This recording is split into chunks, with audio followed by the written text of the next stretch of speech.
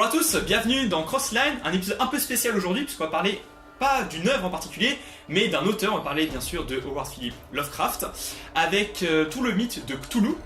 Donc ça va se découper de manière un petit peu différente par rapport à d'habitude. On va d'abord parler de ce qu'il a écrit, ensuite on verra comment son univers s'est développé à travers les jeux de rôle, et on terminera avec des influences un petit peu annexes. Autant dire, ça va être un épisode de Crossline un petit peu sombre, à le nez passé, mais on va quand même tenter ça. À tout de suite.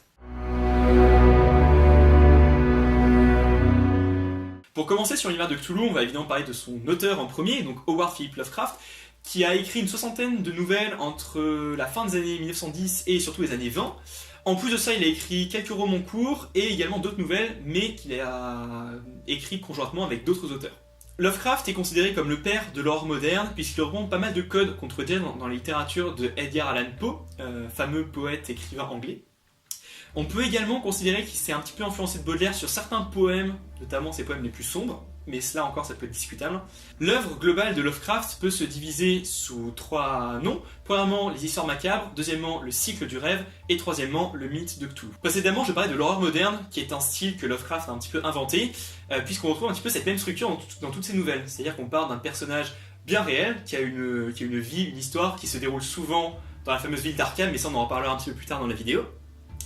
Par exemple, l'histoire d'un scientifique à l'université de cette ville qui va découvrir quelque chose d'un petit peu obscur, ou alors l'histoire d'un enquêteur dans une maison où apparemment les anciens propriétaires reviennent hanter. Enfin bref, on parle d'une situation bien réelle et on tombe au fur et à mesure une sorte de progression au cœur de l'horreur où des démons, des dieux anciens apparaissent, et là on tombe vraiment dans un récit horrifique. C'est cette descente aux enfers finalement qui a fait la réputation de Lovecraft. Réputation malheureusement qu'il n'a acquise que des décennies après sa mort, puisque son œuvre a été finalement assez peu reconnue de son vivant. Mais l'héritage qu'il a laissé était très conséquent, vu qu'il a influencé massivement des auteurs contemporains de l'écriture horrifique. On pense notamment à Stephen King et à Maxime Chatham. Stephen King disait qu'il était le plus grand artisan de la littérature horrifique, ce qui prouve vraiment l'influence considérable qu'il a eue et la légende qu'il a créée autour de son œuvre. Et puis tout à l'heure, j'évoque le mythe de Cthulhu, mais d'où ça vient réellement? En fait, ça vient de la nouvelle L'Appel de Cthulhu. Cthulhu étant l'une des 4 divinités majeures de l'univers de Lovecraft. Et c'est finalement cette nouvelle qui est pas forcément la plus connue, mais qui est relativement assez courte au final, qui a été retenue pour définir l'œuvre globale. Si on parle des nouvelles les plus connues de Lovecraft, on pourrait penser aux Montagnes hallucinées ou encore de la ferme abandonnée de Dunwich. Néanmoins, c'est l'Appel de Cthulhu qui a été retenu pour le titre.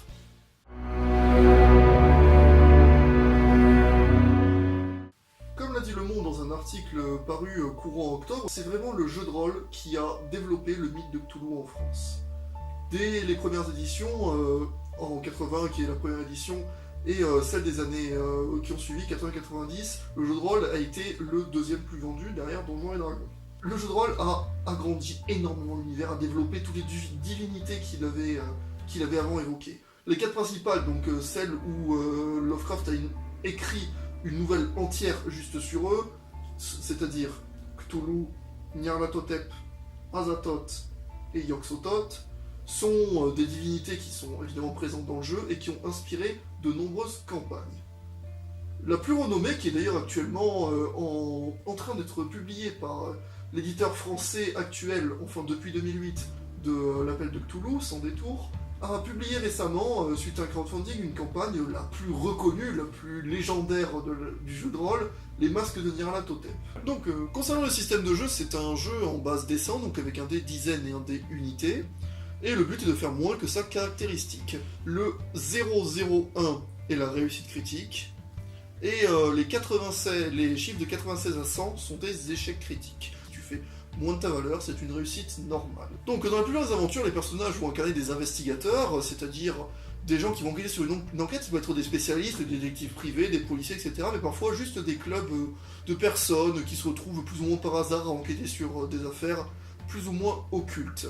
Et comme dans la plupart des nouvelles de Lovecraft, en général, les enquêtes, que ce soit des one-shots ou des campagnes, vont partir de plus en plus loin dans l'horreur et dans la folie profonde des personnages. Donc, un exemple de scénario, je vais m'inspirer notamment d'un scénario donc, des Aliénés de Cthulhu, une petite chaîne YouTube, si l'univers de Lovecraft vous intéresse, allez les voir. Donc, ça se passe d'un groupe donc, de détectives qui se retrouvent à enquêter donc, sur la disparition d'une jeune fille, et dans le quartier dans lequel a disparu la jeune fille, il va se passer des choses plutôt étranges. Sur YouTube aussi, l'appel de Cthulhu est évidemment très très présent sur les chaînes qui en font régulièrement. Par exemple, ma favorite, Tales of Pi, avec le légendaire meneur de jeu de Donjons et Dragons Pi.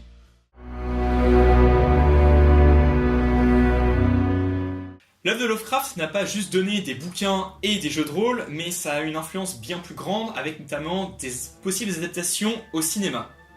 On a eu assez peu finalement de grands projets qui ont abouti sur l'univers de Cthulhu.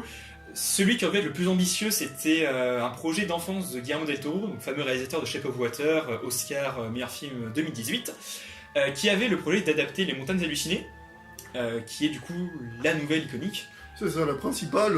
Si The Call of Cthulhu est la plus connue grâce aux différentes inspirations dont on a parlé, comme par exemple le jeu de rôle, Les Montagnes Hallucinées, c'est vraiment la grande nouvelle que la plupart des gens qui connaissent Lovecraft ont lu. Ça parle en effet d'une expédition scientifique, donc qui part en Antarctique pour des fouilles scientifiques, et qui vont découvrir les traces d'une ancienne civilisation.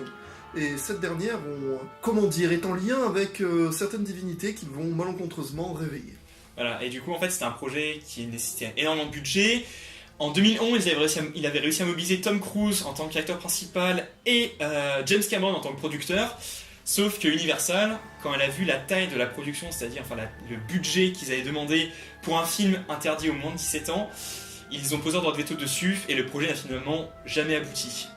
Cependant, s'il n'y a jamais eu de grandes adaptations sur grand écran, peut-être que ça a peut-être plus plu au petit écran, notamment aux jeux vidéo.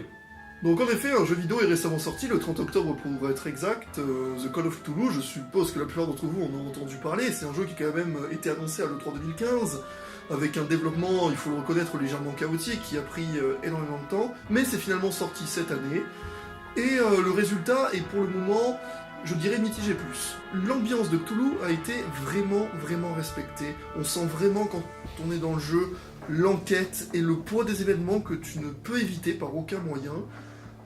Et ça, c'est réussi à la perfection. Le petit défaut du jeu que certains ont reproché, c'est que techniquement, c'est pas un grand jeu, c'est pas un blockbuster, c'est pas peut-être un The Witcher 3 ou un autre jeu vraiment avec un budget conséquent. Mais personnellement, ça ne m'a pas dérangé. Je comprends que ça puisse gêner ceux qui sont pas des experts de Lovecraft, ceux qui voulaient vraiment juste jouer à un jeu, ils disaient bon, Lovecraft, je m'en fichais un peu, je veux vraiment jouer à un bon jeu. Là oui, c'est un bon jeu, le scénario est bon, l'ambiance est bonne, mais c'est sûr que techniquement ça va pas valoir un Evil Within. Je sais pas si tu y as déjà joué, Quentin.